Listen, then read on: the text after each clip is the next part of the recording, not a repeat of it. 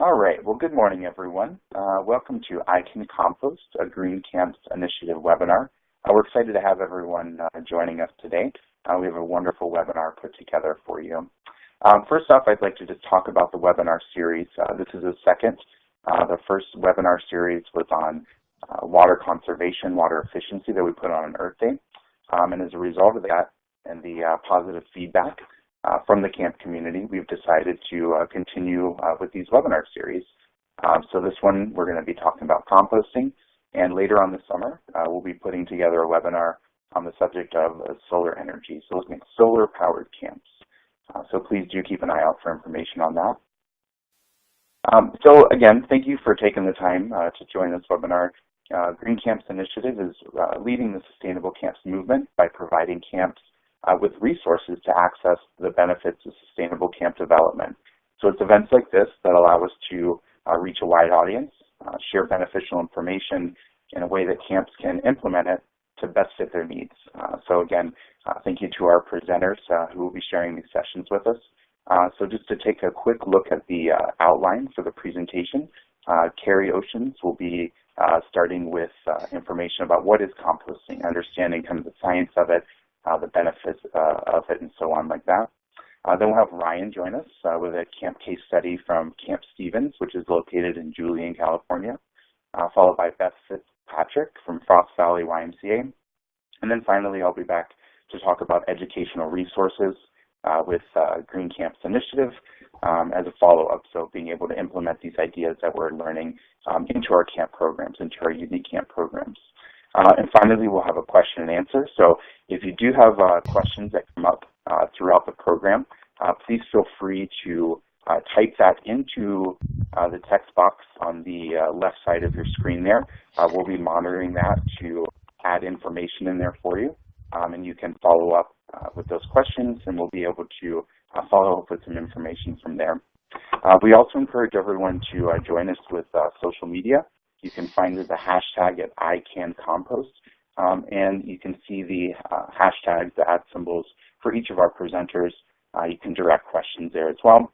And finally, we encourage everyone to stick around and take the 5-minute exit survey, which will gather some really valuable information about how we can continue to serve the camp community.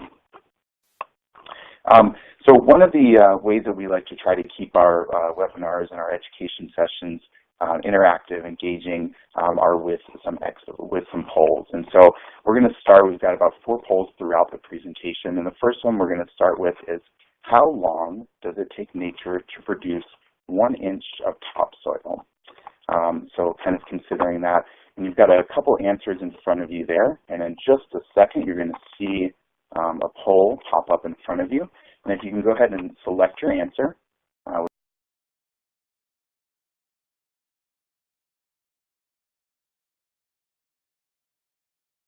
whichever answer you think it is, click that and then click Submit Vote, and your vote will come in there, and we'll see what we get in with the tallies there. Carrie has 30 years of experience promoting increased recycling of organics through education, research, and advocacy. Carrie has worked for the U.S. Composting Council for nearly 8 years and is currently the Director of Education and Annual Conference. So please join me in welcoming Carrie, and we'll go ahead and pass it over to you, Carrie. Thank you so much for being with us today. All right. Well, thanks, Danny. How do I sound? Sounds nice and clear. Thank you so very much. You're welcome. Well, welcome, everyone. Whether good morning, good afternoon, good night if you're calling from someplace far away. It's a pleasure to be here. As Danny mentioned, I am with the U.S. Composting Council. I do our education programs, also put on our annual conference.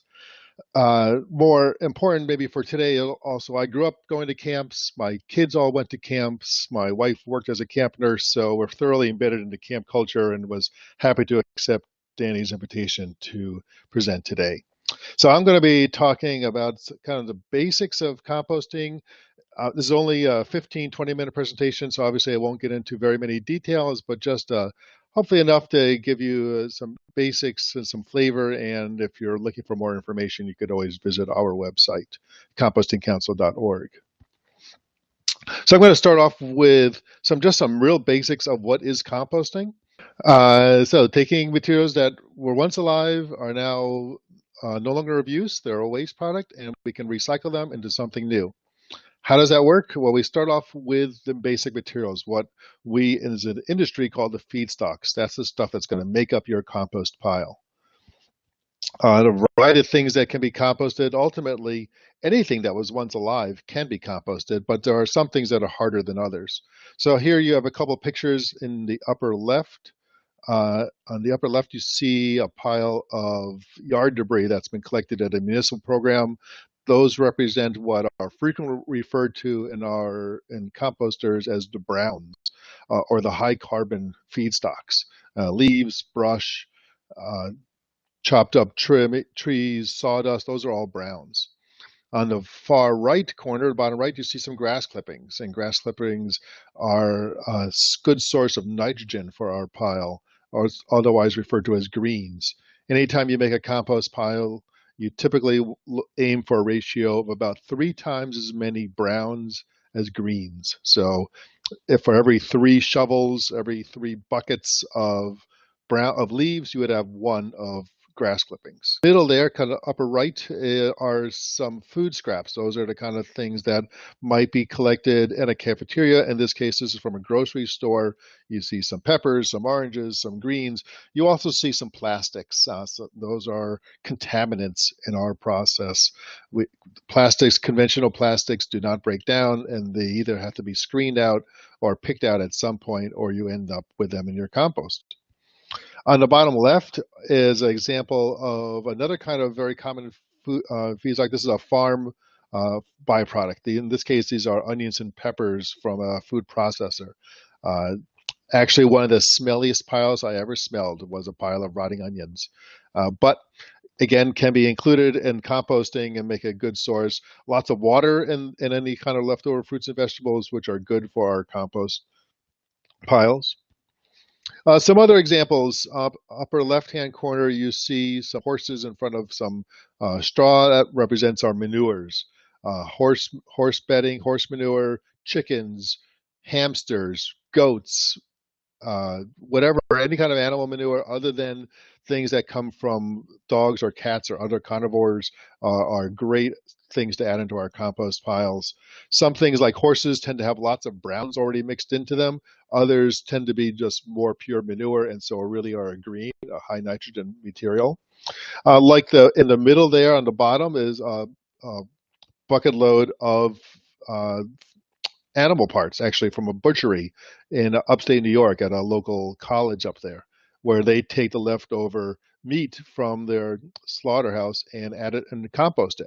Now, if you've taken any classes on home composting or backyard composting, you would have heard to not include meat and dairy in those piles.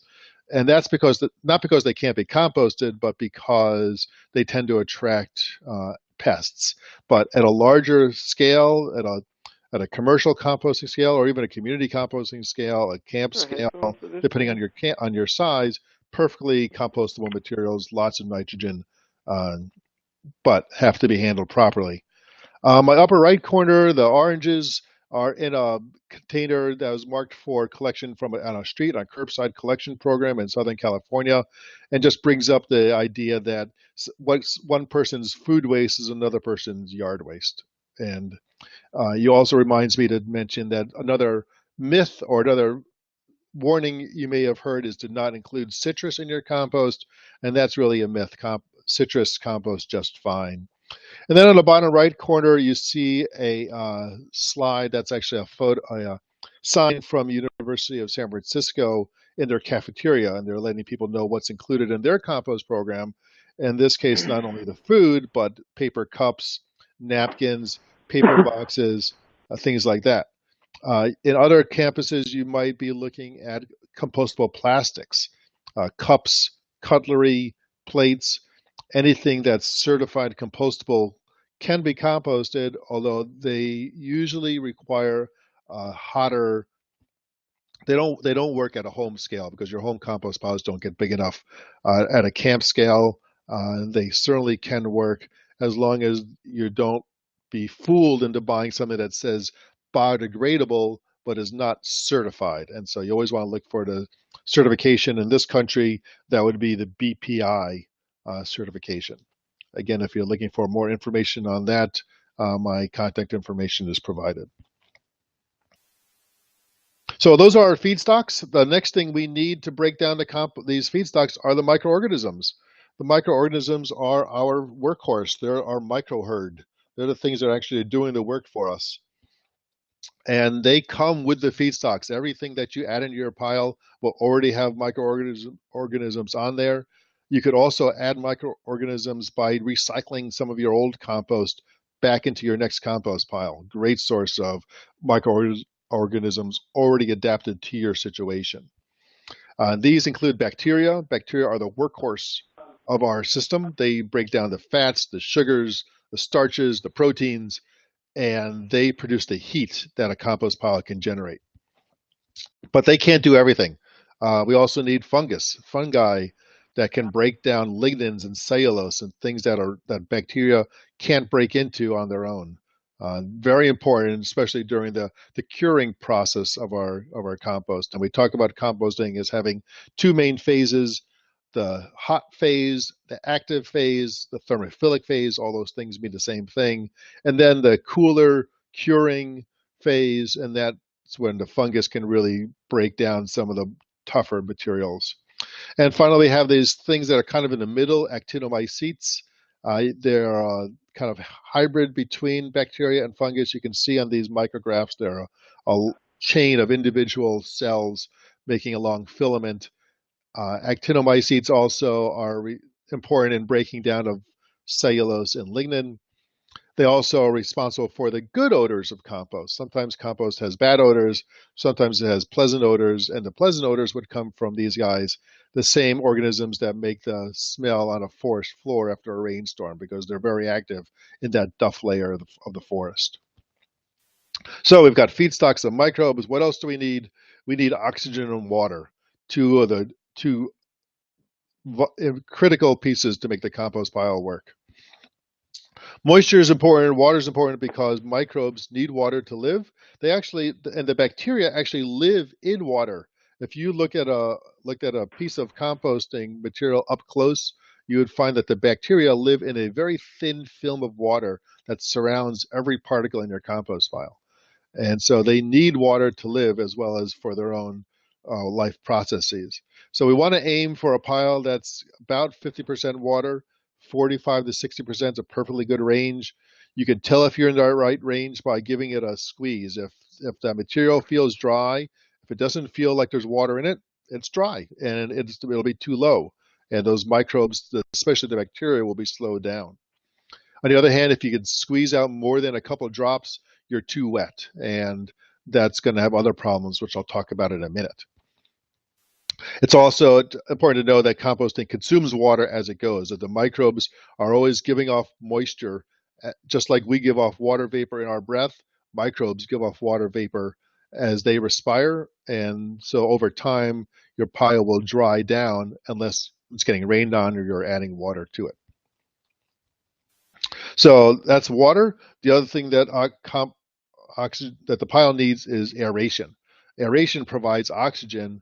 Oxygen is critical to your pile because the microbes will be much more efficient in a high oxygen environment. So our air that we breathe is 21% oxygen. As it enters the pile, it gets used up. It drops down to 18, 15, 10, 5. As long as you're up in that range, you're doing fine. Once it drops down to the 1% range, and you wouldn't know this unless you have an oxygen meter, but you would also know it because of odors. So when the microbes don't have enough oxygen, they switch to anaerobic respiration, and that causes odors. And so most odors are caused because there's not enough oxygen getting into the pile.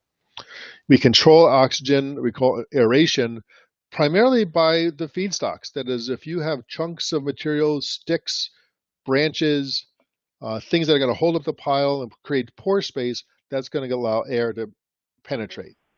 If it's compacted, then the air can't get in. And if water is filling up all those pores, if you're over that 60, 65% range and all your pile is sopping wet, air can't get in. And so most compost piles are aerated just by diffusion. And that's the simple process of warm air rising by convection. And that as that air rises, that's going to create a very slight vacuum, which will then draw cooler air in. Some composters go to a next step. Instead of relying on this convective current, they will actually blow air. And they can blow air in a positive mode, which is here you see a fan blowing cool air into the middle of a pile, which then comes out as warm air. Or you can do it in reverse. You can actually pull air into the pile and then suck it out through the fan and that the advantage of that is that you can then treat that stinky air. The disadvantage is that it costs more money. It's harder to run a fan. There's more wear and tear on a fan. So, but the advantage again is that you can control odors even more. And so now we've added the 4 critical ingredients to our pile: the feedstocks, the microbes, the oxygen, and the water. What do we get out? Well, we get out compost for sure. That's what we're doing here. And as we're doing that, the microbes are giving off water vapor, as I mentioned. They're giving off carbon dioxide, just as we give off carbon dioxide in our breath. Microbes give off carbon dioxide and heat that is microbes every time they break down and respire. They give off a little bit of heat. The pile compost being a good insulator, that heat will build up in the pile until it reaches some kind of equilibrium. And heat is good because all these things happen faster at higher temperatures. So we like a hot compost pile. And finally, we might get odors out of our pile. Odors are always part of the composting process. There is no way to not have odors in the pile. However, we can work hard and we can be successful at keeping the odors in the pile and not having them create any nuisances. And that's part of the art and science of composting, is knowing how to do that. So one of the basic realities is that regardless of scale, whatever scale you're working at in your composting, these 4 critical features, the feedstocks, the microbes, the air, and the water, have to be maintained and have to be attended to. And just a few examples of some different scales of composting. The home scale on the left here, you see a nice 3-bin system, typical for a kind of aggressive home composter would have something like that. On the right, though, is a simple pile, and that's a perfectly acceptable way to make a compost pile, is to not have it contained if you've got the room to do it, if you're not worried about keeping out pests and things like that. And this is a farmer in Oregon who's taking some food processing, I think farmers market residuals. Some more advanced systems. On the left is kind of a 3-bin system on steroids. This is for a horse farm, and he's actually blowing air through. You can see those white pipes on the left there. So those are allowing air to blow in through the bottoms of these piles. Although it could be, you get a very similar system without the aeration, just using the natural convective airflow. On the right are what would be called the in-vessel systems. These particular ones are the Earth Tub from Green Mountain Technologies, situated behind I believe that's outside of a hospital, and that they're composting their food scraps from their cafeteria. Larger scale systems, you've got on the left here a windrow system. Those are long piles of compost for composting just green waste and yard waste from a landscaper. On the right are another kind of in-vessel system. Those are kind of like silage bags where the compostable materials are put inside the bag, and the bag has air control in it, and that way you're preventing odors in a urban environment. And just for fun, 2 of the largest facilities in the country, both located in California. On the left is the ZBES facility, and that's in Gilroy, and primarily processing the organic residuals from city of San Jose. And on the right is the Inland Empire compost pile. That's completely, so on the left it's an outdoor system. On the right is a completely enclosed indoor system that actually was an IKEA distribution warehouse that was refurbished. Those are solar panels on top. They now have a wind turbine in addition to it. And so very aggressive, very expensive composting system.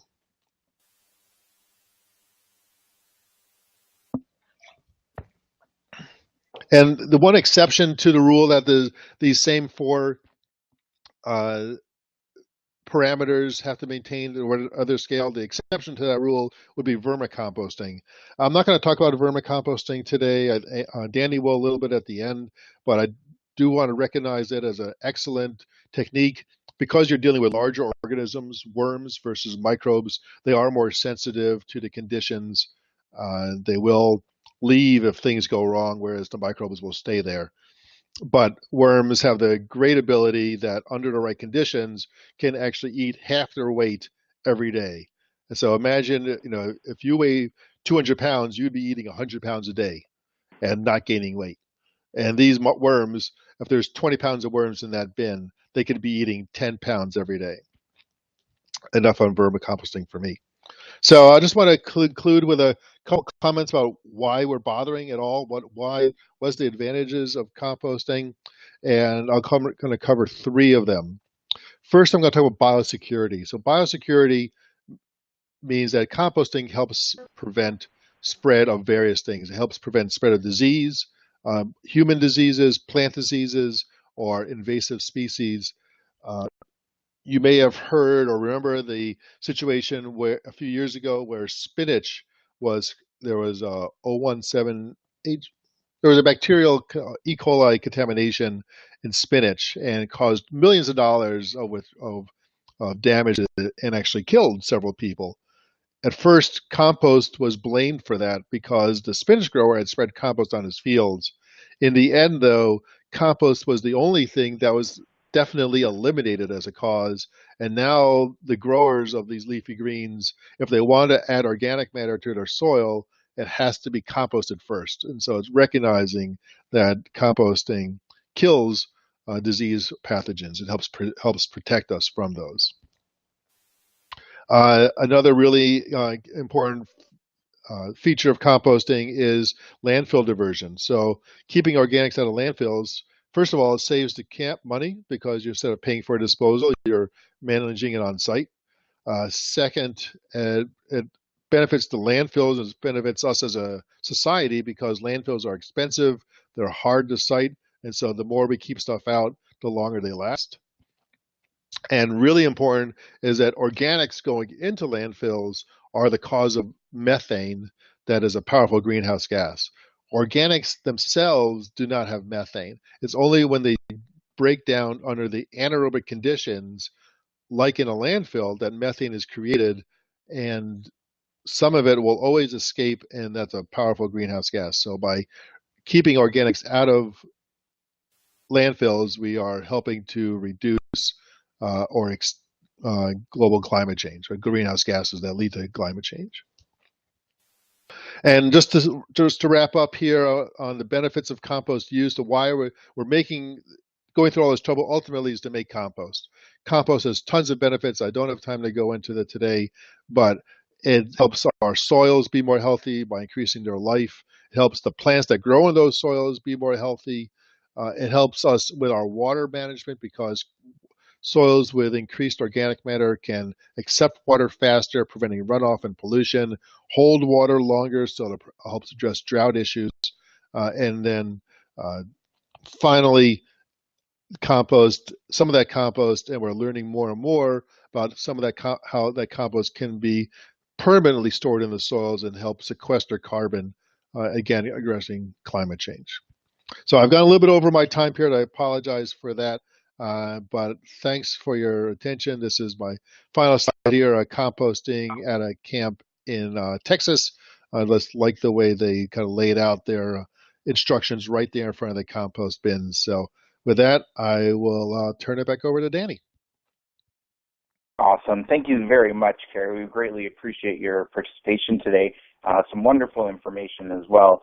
And we see that, there's a lot of information to take in when it comes to composting. And, one of the mottos or the things that I say a lot at Green Camps Initiative is that there's not one model of sustainability that's going to work for every camp. And so the first step is to really educate ourselves and understand how each camp can function and what those benefits are going to look like for us. So we're going to go ahead and move on to this next poll. I'm going to go ahead and mention to my presenters, please don't click the close button on the poll until we have finished that. I'll close that poll out when we're done running it.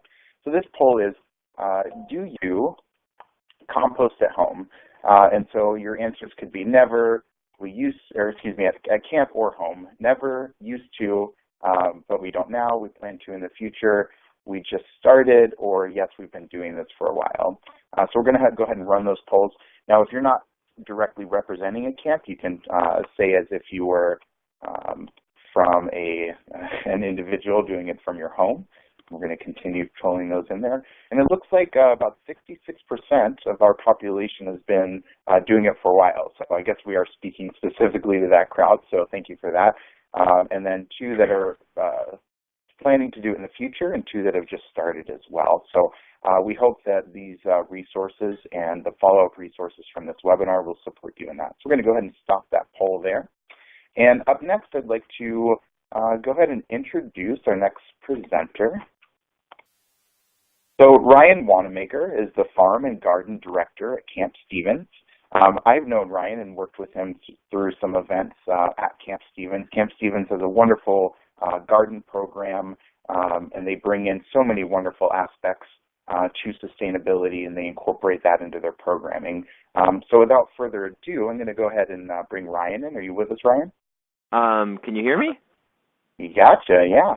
Yeah, thanks so much, Danny. And hello, everybody. I am Ryan Wanamaker. I'm the Farm and Garden Director at Camp Stevens. And so, yeah, we're up here in the sticks in the mountains outside of San Diego with some internet challenges. We're internet challenged. So, yeah, I'm on the phone right now, but it seems like things are clicking. And I just wanted to say really quick, I caught the tail end of Carrie's presentation right there, and I wish I had heard that like 10 years ago. I feel like we've just been like kind of flailing to end up where we are. But on the other hand, it's super validating to hear all of that insight there and how much of that stuff we've learned the hard way. And so I hope this helps people.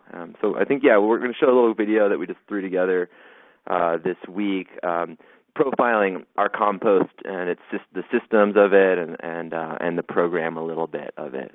Is there anything else, Danny? No, I think that's great. I do want to mention that Camp Stevens was one of the founding members of Green Camps Initiative, so I just want to give you all a shout out for your support through your membership. So, hi, I'm Ryan Wanamaker. I'm the Farm Director here at Camp Stevens in Julian, California, in Southern California. And I'm going to talk a little bit today about composting food waste specifically, the food waste from our dining hall, and how we do that, without a lot of work and without a lot of stink and without attracting a lot of rodents, and also how we integrate that into our guests' experience and into our program. So what we have for our composting system are 2 5x5 by 5 foot concrete bays that are essentially topped with a high cage of hardware cloth and a roof. And we use a lot of straw to incorporate it into our food waste when we're composting. And all those elements are important to us to keep the stench down, the rodents out, and to keep the management simple. So we designed it with our 4-foot front end loader in mind. That's our tractor. It has a 4-foot wide bucket. And that way the bucket can fit into the bays of the composting system. The bucket can raise and lower. There's retaining boards that hold the compost back, and they can be pulled out. And the doors can be removed, and the rain is kept off the pile by the roof.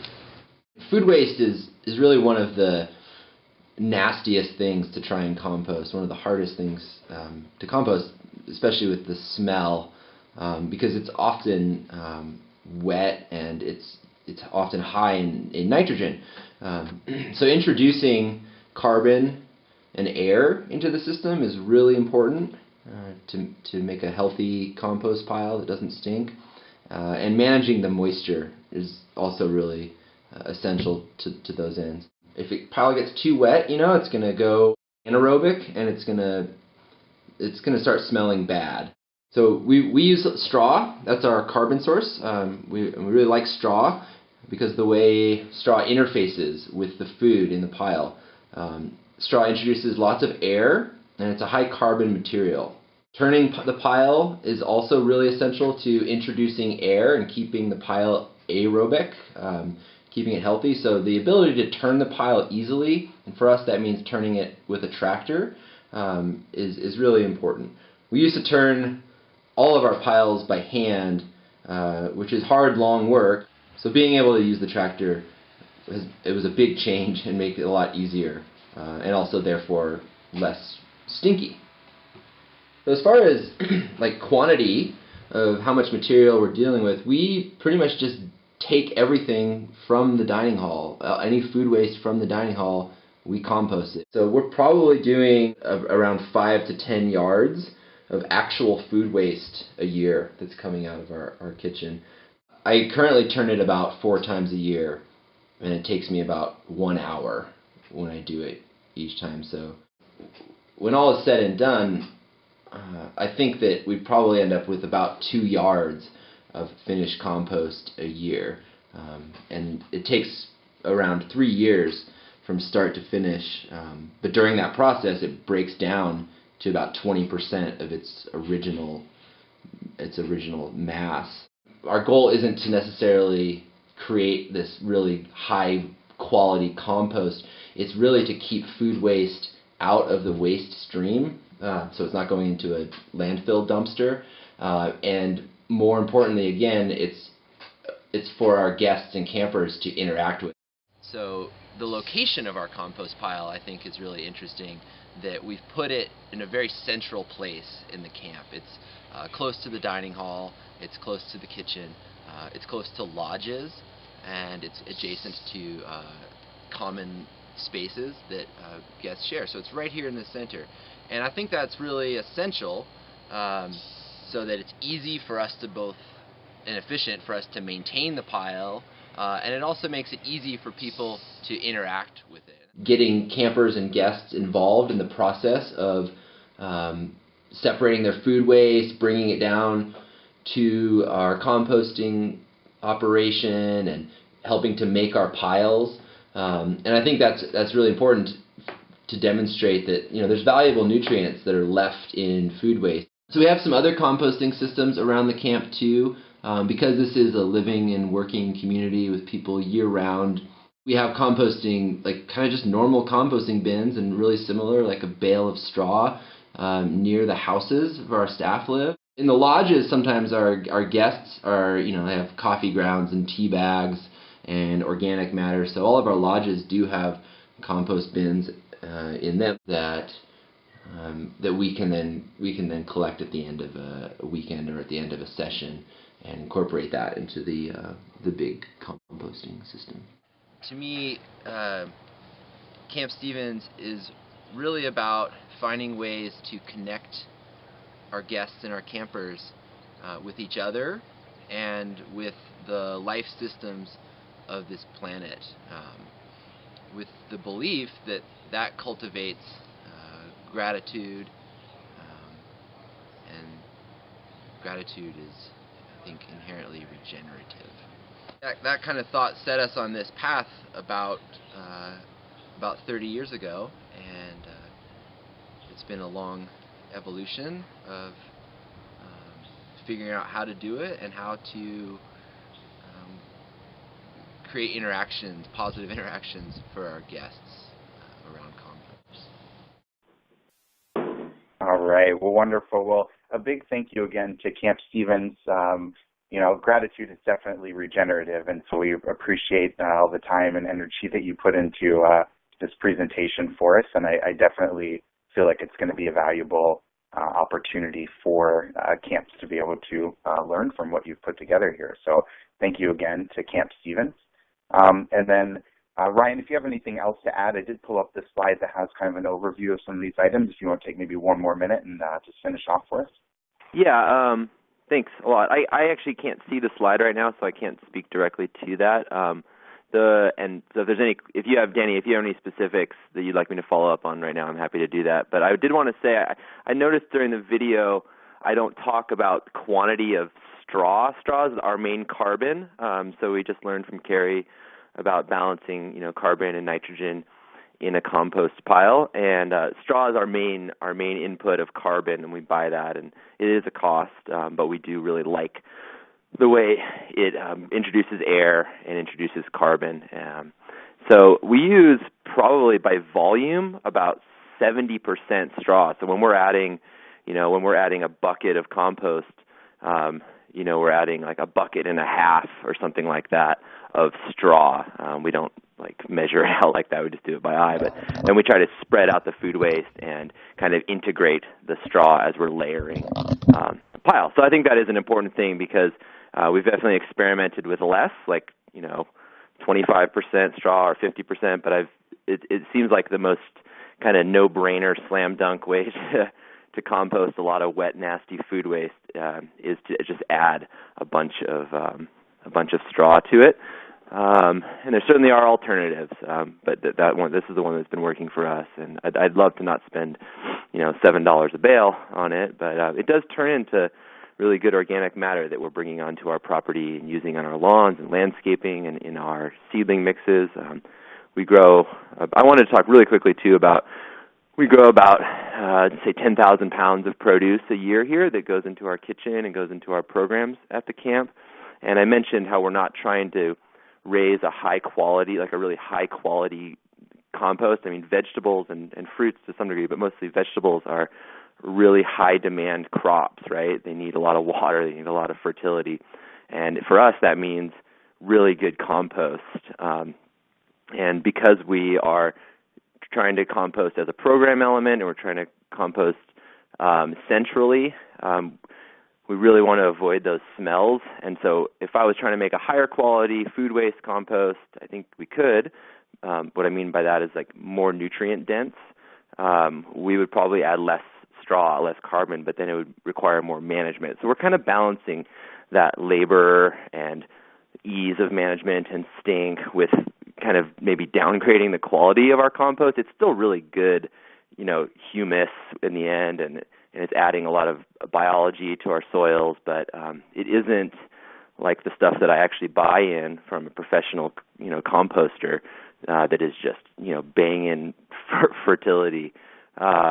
And you could take something and like we're doing and kind of add more carbon to manage it easier, and then maybe in the last couple years of the finishing, you could introduce some raw, chicken manures or rabbit manures, probably other manures, and that stuff would mellow and break down in there, and then that would up the kind of nitrogen, phosphorus, potassium levels of the finished product. But we find plenty of use for it around here as it is.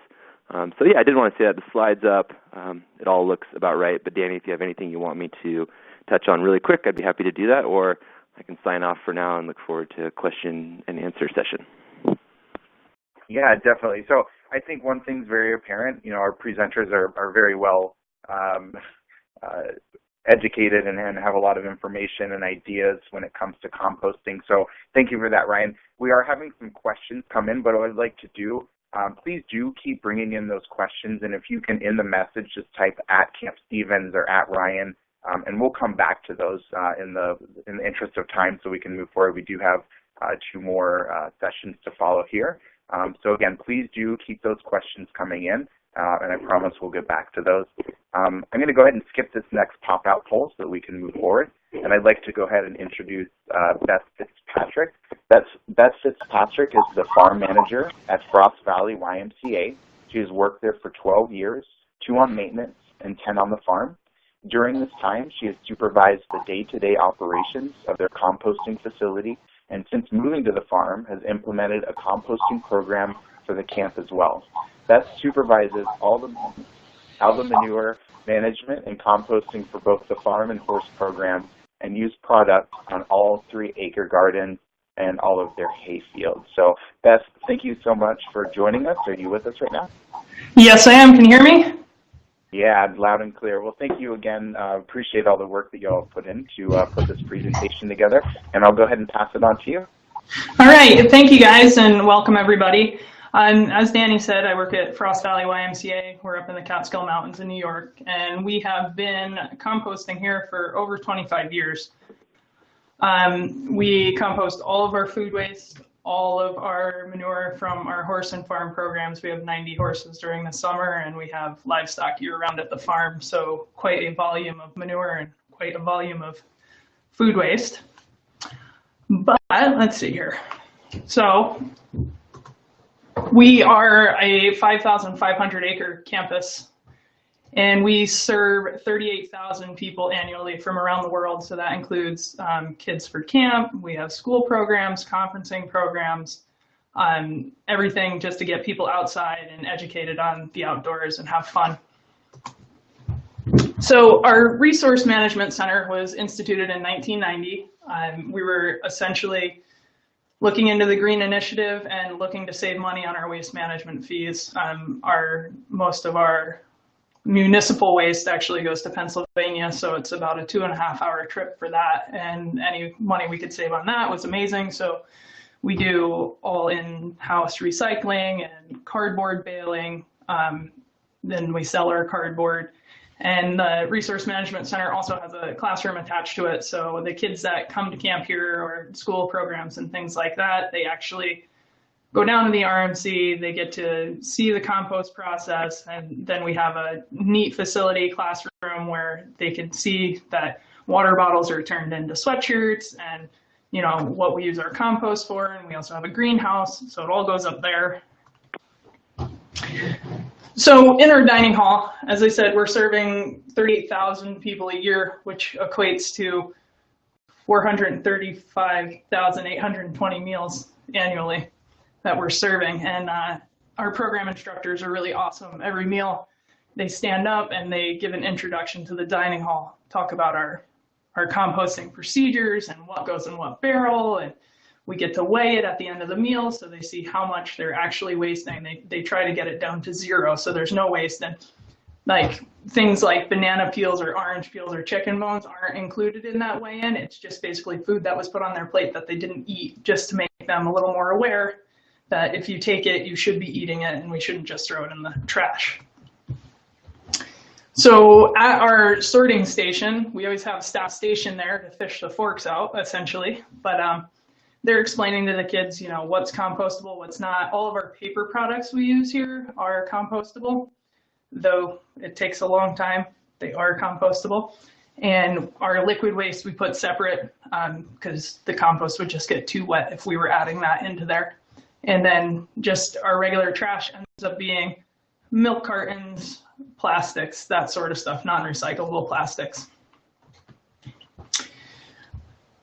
We have a giant refrigerated room that we store this stuff in, and we generate enough food waste that it's in trash cans. On a daily basis, we're handling anywhere from 400 to 1,600 pounds of food waste. So our maintenance guys come up in a truck, they load it all on, they drive it down to the RMC and dump it in our mixer.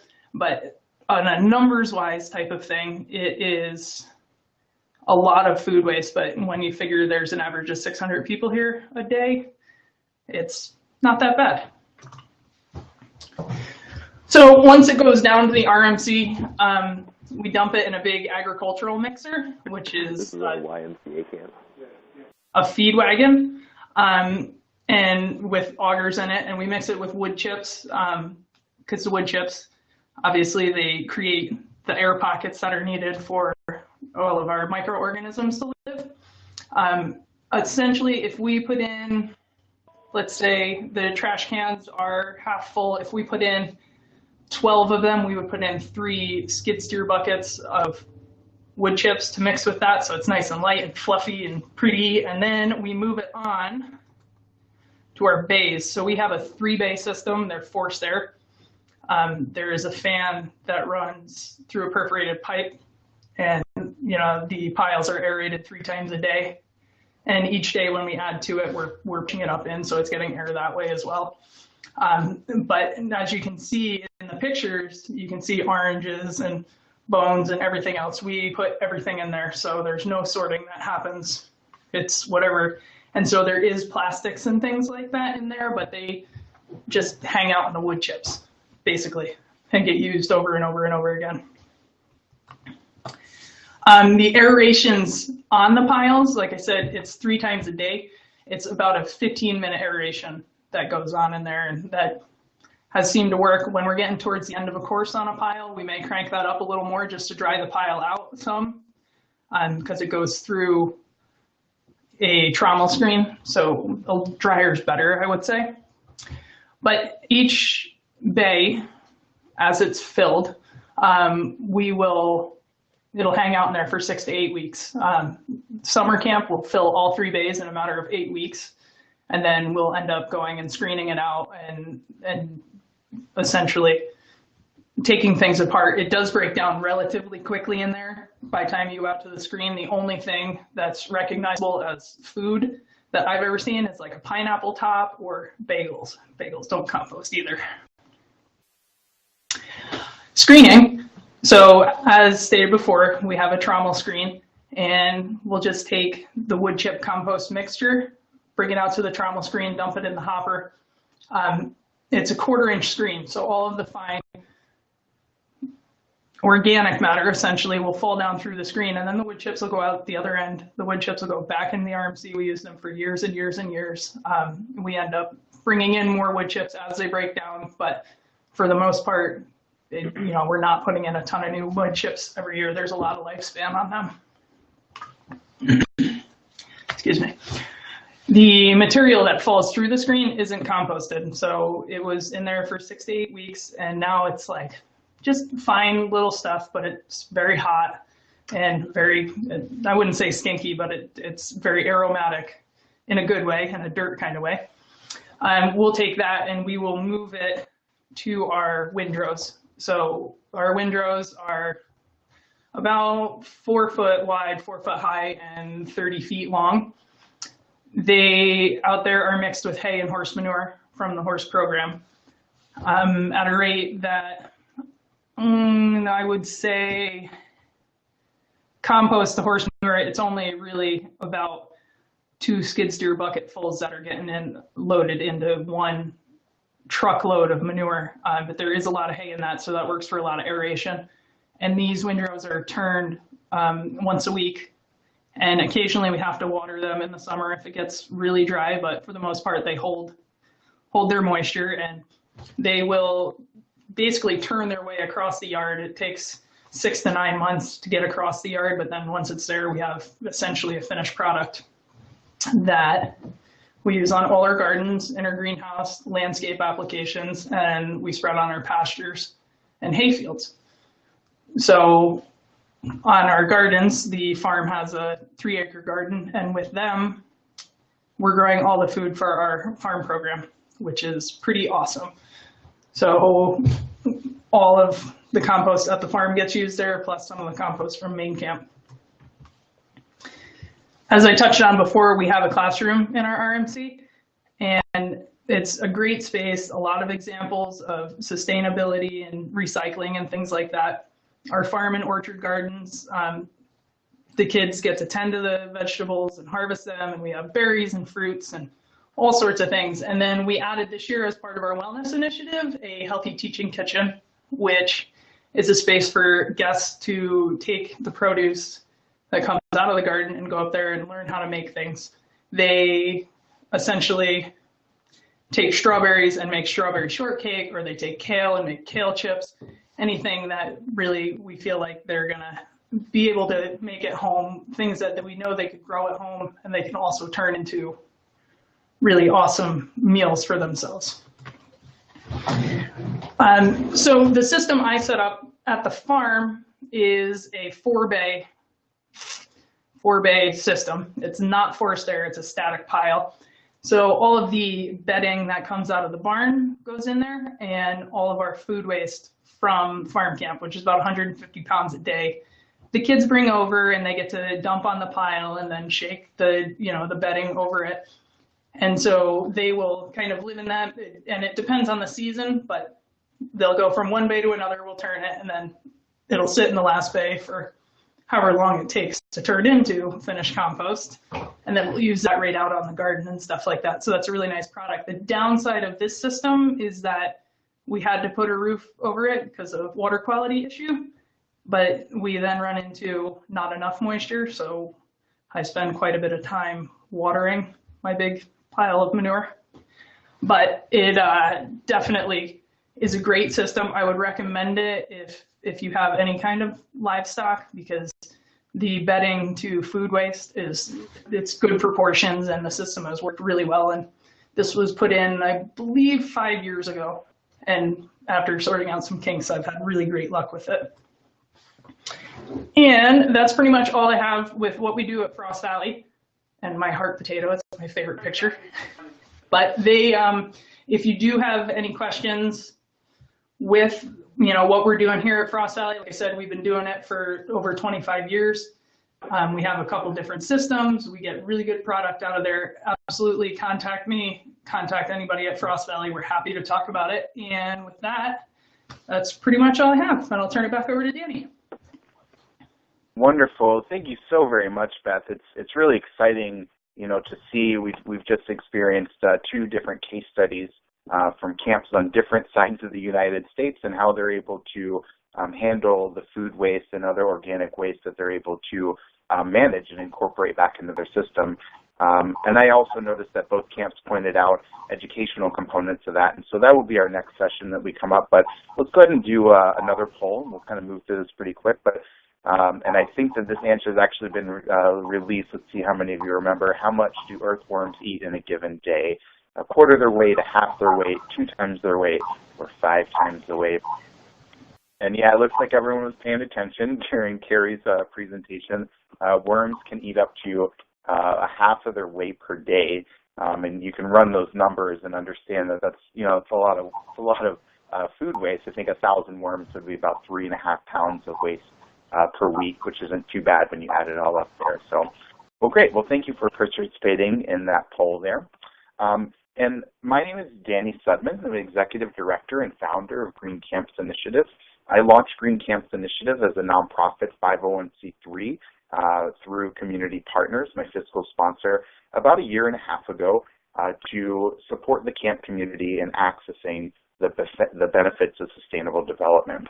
And so I'm going to be talking about teaching with composting. Education is definitely my passion when we look at sustainability, and I just feel that, and I've found that camps are such great educational vessels for being able to share this information. So the few things that I'd like to cover is looking at facilitating compost education, varied teaching methods, staying positive with your message. We're going to hear a fun compost shear. We'll talk about worm composters, and then touch on some additional activities and info we can go through there. So first off, facilitating. So, part of my job when I entered the camp community was in challenge and team building. And so looking at what a facilitator is, I think is important in defining that. So define a facilitator as someone who helps a group of people understand their common objectives and assists them to plan how to achieve these objectives. In doing so, the facilitator remains neutral, meaning he or she does not take a particular position in the discussion.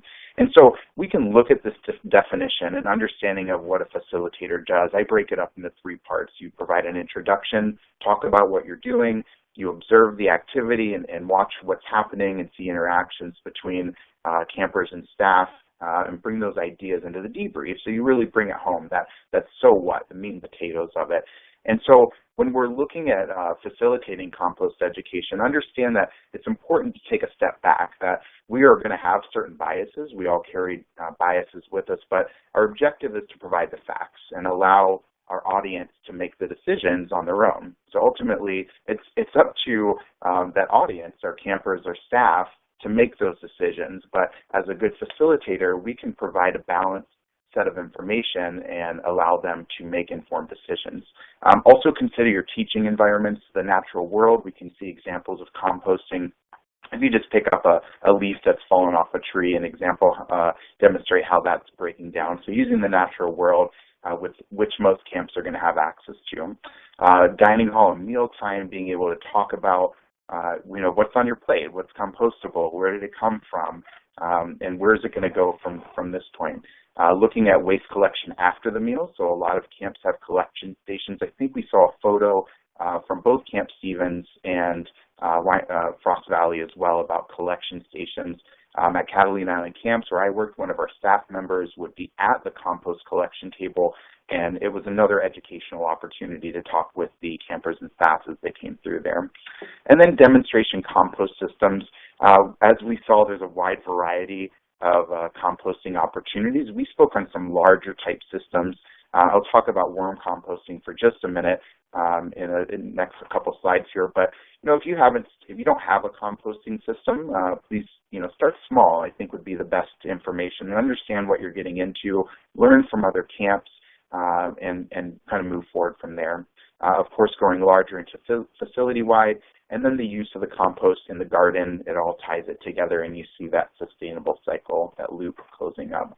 I also recommend using varied teaching methods, and as educators, as camp professionals, we're probably all pretty familiar with these different ideas, but understanding that, we have a diversity of youth and adults that typically attend camp programs, so choosing a method that is best going to reach them. So discussion, obviously, is the most efficient way to share information. So you can, as I'm doing right now, I can talk to you and share information directed at you very efficiently, but it might not be the most engaging. So consider hands-on, free-flow exploration, using visual aids and skits and stories and songs and so forth to incorporate in there.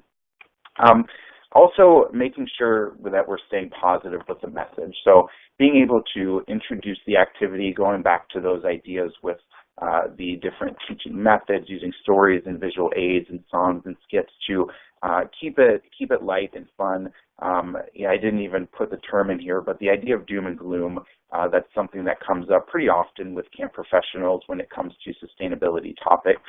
And then the debriefing as well, focusing on the so what. Do prepare your debrief questions ahead. And, you might not even need to debrief very far into an item, but if you want to have a deeper discussion, prepare those questions and be prepared to answer, and potentially approach or avoid, address some of those doom and gloom issues.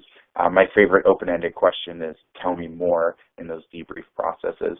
And then finally with that is create a call to action. So if we're talking about composting and the challenges, maybe we can talk about erosion or other health issues or other soil type quality issues, growing, agriculture. Create a call to action. Ask your campers or staff who you're doing this lesson with to make a call to action, whether it's to take what you eat and eat what you take, or whatever it might be to support those actions there.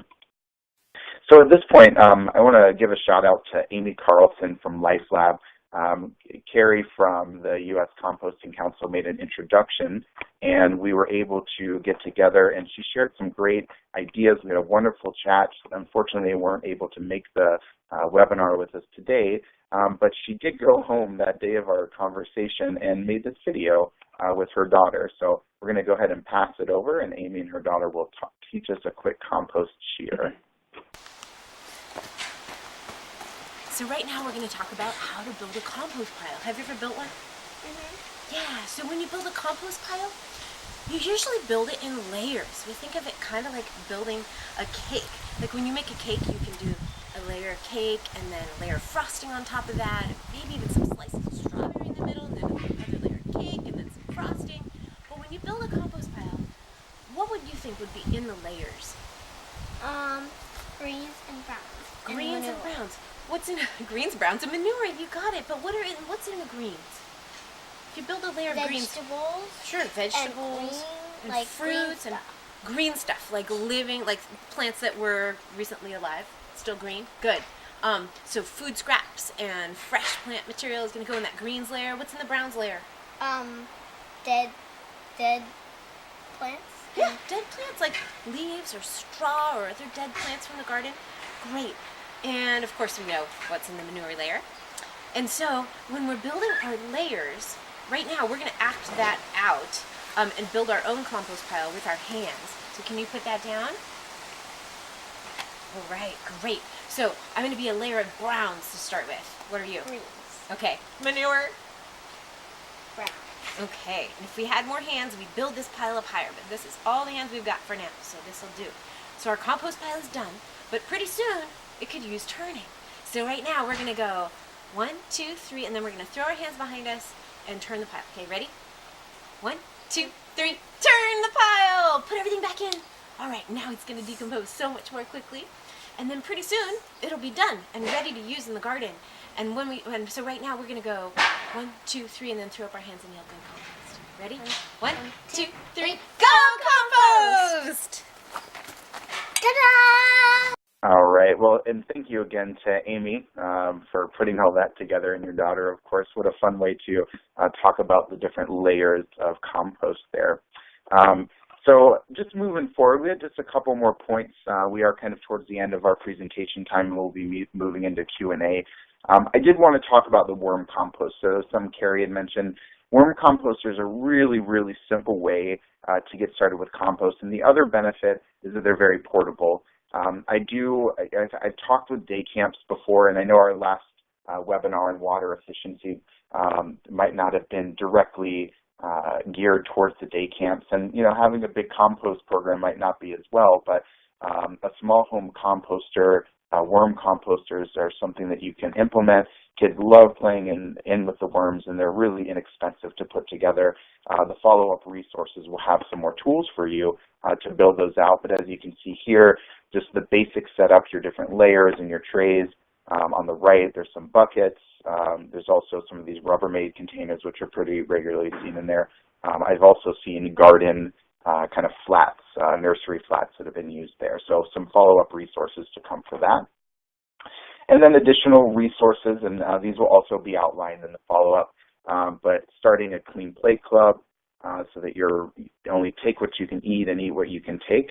You know, looking at that, ways to reduce our streams before we even kind of get into the waste cycle there. Make your own composters, looking at some mealtime activities. Compost critter cards are really cool, and we can adjust our perspective and take a look into another community and what's happening in those compost piles. There's some great composting guides available. Educational signage. So we talked about visual aids are a great way to teach. I think signage can be one of the most powerful educational tools when an individual can look at a sign, they're gathering the information on their own, and it's ultimately, like we said before, it's up to them what they do with that information. And you didn't have to put any energy into talking to them or sharing that information. They will bring that on their own, and what an empowering opportunity to see. And then there's resources on how you can use your compost. And then definitely Pinterest is a really good opportunity. I've been getting into Pinterest a lot because there's some great ideas out there, and they're very shareable. So please do check out the Green Camp's Pinterest page. And then, of course, to the right, there's a handful of organizations that you can refer to with some more information. So before we move into the Q&A session, I just wanted to do a quick overview of what Green Camp's initiative is. I had mentioned that we're providing support and resources to the camp community. One of our core focuses for the programming right now is the Green Camp's membership, in which camps are able to pursue a Green Camp's certification. And that certification is going to help camps access the benchmarks and pursue best practices in sustainable camp development with a focus on that triple bottom line, so reducing environmental impact, educating the diverse audience of campers and staff, and of course saving money, which is the one that kind of perks up. There's a lot of great opportunities, economic opportunities for saving money there. So if you're interested in joining as a camp, I'd love to follow up with you and hear more about that. And of course, as a 501c3, the funds that come in support our beneficiaries, and our beneficiaries are the thousands and thousands of camps in the United States and abroad that are doing such great work, and including community and accessing such a diverse group of people. So please do follow up. You can find more about our Green Camp's Initiative on our website at greencampsinitiative.org. So this brings us to the end of our presentation today, and we're going to move into a discussion and question and answer. So I know that there were a couple questions that came in on the side here. Please do continue to go ahead and answer or put those questions in. Myself, Carrie, Beth, and Ryan will go ahead and be available for those questions. And maybe we'll start, one of the first questions that I saw that came in was for Ryan. So are you with us, Ryan? Yeah, I'm here.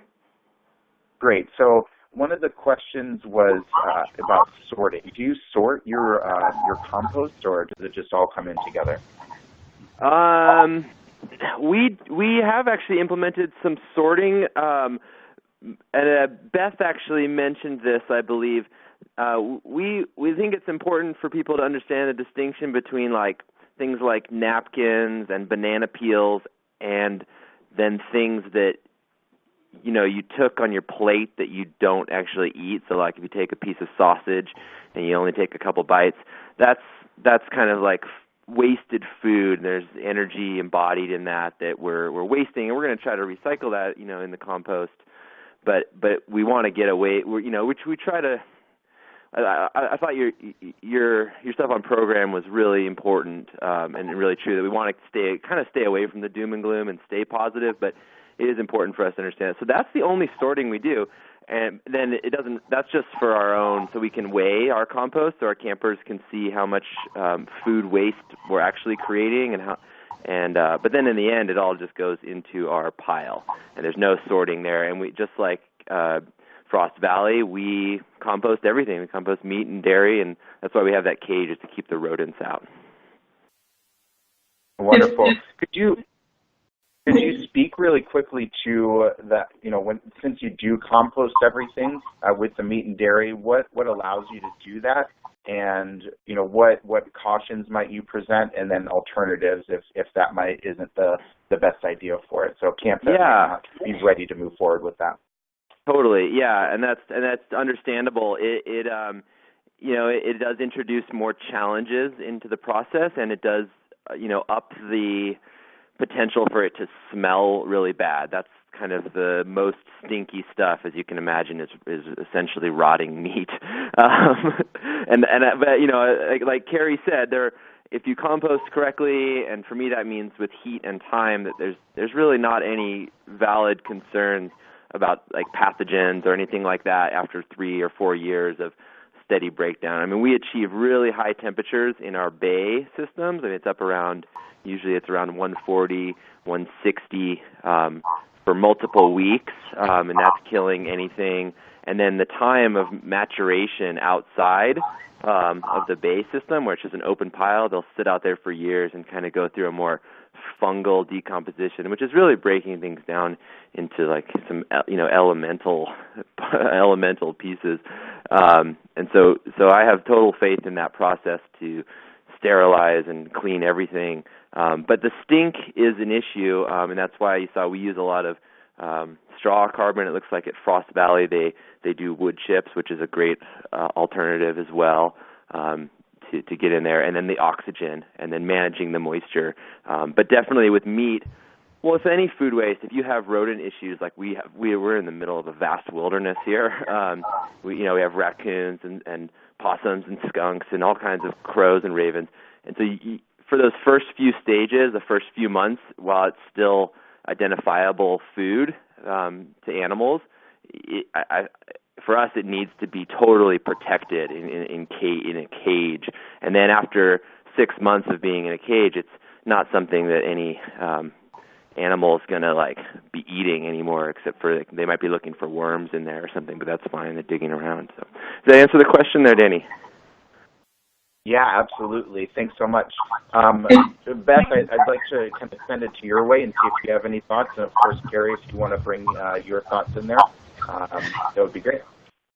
Yeah, so as I said, at Frost Valley, we don't, everything gets composted, but at our farm program, we also have pigs there. So all of the nicer, cleaner, green stuff is being fed to the pigs. And so all the napkins and meat and tomato sauce and things like that are going into the compost pile during the summer months when we have the pigs. So that is kind of an interesting point. And also at our main camp system where we're using the wood chips, the only downfall of them is that they do have to be screened out. You're not going to get a finished product without screening them. Whereas with straw or any kind of bedding or anything like that, once you're done going through your process, then you are getting that that finished product directly. So that's just 2 points I wanted to add to that. Great, that's wonderful. Well, thank you so much for that. So I guess another question I'd like to pose is looking at some of the challenges of composting. So I think we talked about, Carrie did a great job talking about the smell and overcoming some of those challenges. We'll follow up with a resource that will outline some of that as well. But what about pests and looking at, I know one of the things I hear a lot about are camps that are in the mountains that might have bears or, other people that they don't want to go around there. Would either of you or any of you like to speak to that point, please? I can give you bears because we have tons of them. So our farm, we don't have a problem with bears there, but in our main camp RMC, we have bears that frequent every night. And since the RMC is located at the maintenance shop, we just kind of let them do their thing. So they come in and out as they please and eat whatever they want, and they're happy. And kind of our thought is it's keeping them out of our main camp. And if they're happy down there, that's fine. They just dig apart the piles and we put them back together every day. So although they're there, we kind of live in a symbiotic relationship with them. Awesome. Thanks so much, Beth. So Beth, if you could just click your mic off when you're not speaking, it sounds like we're getting a little feedback on your end. Okay. But please do come back in with us. This is great information here. So a question about biochar. Maybe it's not a question as much as a comment, but biochar is bedding for chickens, locking the nutrients, or any animal bedding for that matter. Would anyone like to speak to what biochar is and how that's used and compared to other resources for composting?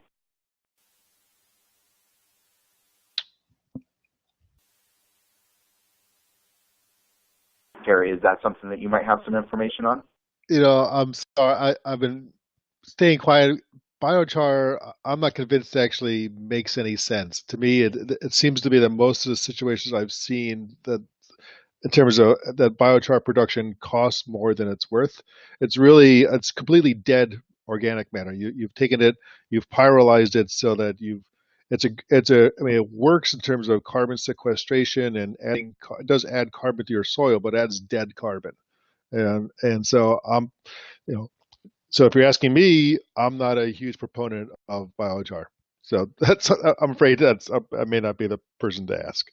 I do want to actually, I'm sorry if I don't mind, I'd like to go back to the question about some of the problems with composting, odors being one of them. I think the bear question was a great question. I know the camp that I've been involved in, the Poconos, has had problems with bears tearing apart their compost pile. And I think one of the questions that some of the people on the call might be asking, well, so both the camps that you provided as case studies are year-round camps with big gardens and big farms, and so they're operating at scale that a lot of camps don't operate at. Especially if you're a seasonal camp just operating over the summer, how would this make sense to you? And I think that actually it can work great at a smaller camp because you don't have to have it doesn't have to be the extensive programs that you've seen highlighted here. It could be a smaller program. And what you've got an active composting while the camp is in session, and then it's got 8 months to cure and to mellow until the following summer, when that basically you've got a finished product that's broken itself down and can be used in whatever small gardens or small landscaping you might be doing at the camp while the next batch is started. So I don't want camps that are smaller in scale or not year-round to think that this is only something for the larger camps. Great. Well, thank you for your feedback, Carrie. It's very valuable and nice to share that. So thanks for that. So another question that came up, does anyone know if there are any non-mechanical forms of aeration for larger piles? So I'll open that to anyone who feels like they might have a good answer for that. Yeah, you can do passive aeration. You don't have to, so as I said, most compost pile is not actively aerated. It's passively aerated through convection. And you can encourage that through the use of perforated pipes under a pile that aren't that you're not actively blowing through, but simply allow better. One of the problems with larger piles is that the bottom can get compacted and be anaerobic. And so having some kind of aeration up through the bottom through through PVC pipes with holes put in them, or irrigation piping that already has the holes pre-drilled, that can totally assist with that kind of allowing the air flow through the pile, but passively, not doing an active aeration. Wonderful. Thank you for the clarification. I also have a good method because the farm doesn't have any aeration in it. We have to turn it with a tractor, but there are seasons where I don't have time or I'm just going to let it sit. I actually just put a piece of perforated pipe under the pile as I'm building it, and then use a leaf blower once in a while to kind of push the air up through, which has seemed to work really well. Awesome. What an innovative approach to that, Beth. Thanks for sharing that. Great. One thing I'd like to just clarify one topic that has been covered a couple times in terms of the what is the benefit of turning the pile. One thing I want to clarify is that turning the pile, that the air introduced during that process is used up within minutes. That it's you're not really aerating your pile when you're turning your pile. You are very briefly, but really what you're doing is you're kind of helping to keep all parts of the pile composting evenly. Because what happens during a process is that you get short circuiting of air. You'll end up with pockets that are composting much slower than others. Also, the outside edge always goes slower than the middle. And so by turning your pile, what you're really doing is helping to break open those clumps, keep the process active, reinvigorate the pile. So lots of benefits to turning, but it's not really an aeration function. So I just wanted to clarify that. Absolutely. Thank you, Kerry. So I'd like to pose this to all three of our presenters. I talked a little bit about education. Would you be able to speak to how you incorporate composting? What do you think are the main benefits, and what are if you had a group to teach something, you only had a few points, or what would the take home be for you when you're providing composting as education? And understanding that there's a variety of audience when we're looking at adults and children, but just a kind of general sense of what you feel would be an important message to send home with campers and staff. Yeah, this is Ryan. Can you hear me? You want me to go ahead and start? Yeah, go ahead. Thank you, Ryan. Yeah, well, like I mentioned in the video, I think what we're really trying to do is just foster connection between individuals and the natural world, and these kind of all of these beautiful systems on this planet that have kept us alive for the eons and will continue to if we take care of them. So I think it's for us. Yeah, it's really about. I just think there's magic and wonder in these processes, and like you mentioned, I thought that was really that starting with the natural world is really the place we start to understand the depth and lessons of compost. That you pick that leaf up off the forest floor, you dig down into the duff, and you can kind of conceptualize the cycling of nutrients as they come up from the soil into the tree, and they produce food for us and for wildlife, and then all of these things, including us, go back to the earth where our elements are brought back into the system. So, I mean, I think that the big thing is just a lot of times humans, we don't participate, or we're not aware of our participation, I should say, in our ecology, And so I think food and composting is sort of the major lens through which we can understand ourselves as truly ecological beings like we are.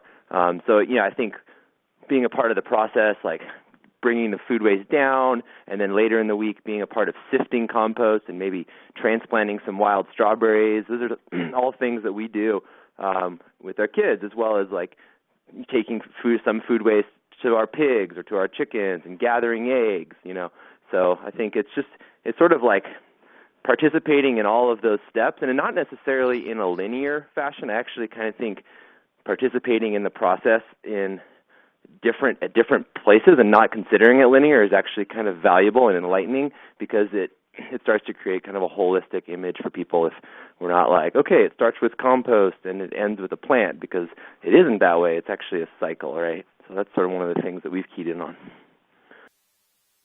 Awesome. Wonderful, Ryan. So well put. We do appreciate your thoughts on that. Beth, same question to you. So where do you think education is valuable, or what's the focus for composting for your program? What you like to share with your visitors? So I think from an educational standpoint where we are, because we're at outdoor education and part of our mission is, really connecting kids with the outdoors and making them a part of what we're doing. A lot of the folks that are coming up here are from the tri-state area, the city area, and I think there's big push in those areas for, greener ways, I guess is the key there. And so I know, especially when I'm teaching composting at the farm, I go with the full cycle of, the animals are pooping, and then, we're taking their poop and we're eating this produce out of the garden, and we're then composting it, and we're using this, on the pastures to make more grass for the animals to eat more, to poop more. And then, same thing, we're eating these vegetables and we're composting them, and then we're putting the compost on the garden so we have more vegetables to eat. And so just kind of seeing the full circle of what is really going on in the grand scheme of things, and that, we're cutting our waste down, and that's really the important part. And most of our kids are really, really receptive to that. And I find that a lot of them are looking for ways to make a difference in any way they can. So that's always neat to see. Wonderful, wonderful. Thanks so much, Beth. We do appreciate that. So we're going to pose that same question to Carrie. We've got about 5 more minutes before we wrap up the conversation. If you have any last-minute questions, please go ahead and enter those in there.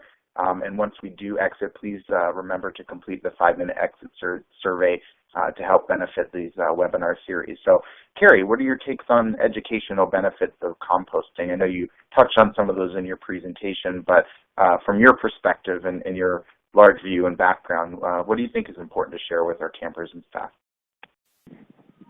I guess I can't really add anything. I think both these camps, do stellar jobs of not only composting, but are fully integrated the composting into their work. So I don't think I could add anything better than what you've already heard.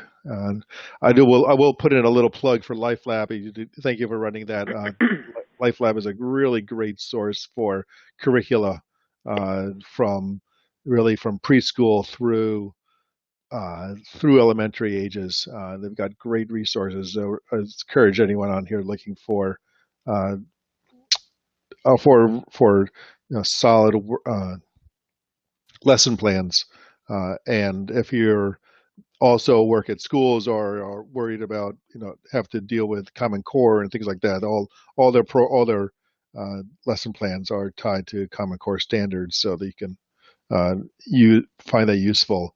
They not only provide resources in terms of books and curricula, but also do lots of teacher training. So look them up at lifelab.org and take a look at their teacher trainings that they do around the country. Wonderful, wonderful. Great point, Carrie. And yes, definitely LifeLab. I've had a chance to look through the materials, and I'll be sharing a lot of links to these organizations and other ideas we mentioned. I'm going to have my presenters, any questions or information that they have, they'll send to me. And then as well, any participants, if you all have any information or ideas that you think would benefit the camp community, please send those to myself, Danny, at greencampsinitiative.org. Again, the mission and objective of what Green Camps Initiative is trying to accomplish is to bring this education to the camps, and understanding that since there isn't one model, we have to learn from each other. And so as the membership of Green Camps Initiative continues to grow and our certification and accreditation program grow, we're going to have a wealth of knowledge, of case studies, of information that camps can learn from the challenges and successes of other programs to incorporate into their program. So once more, a huge thank you to Carrie, to Beth, to Ryan, and to everyone at Camp Stevens and Frost Valley YMCA, as well as the U.S. Composting Council, who supported you all as presenters in putting this information together. We do appreciate it very much.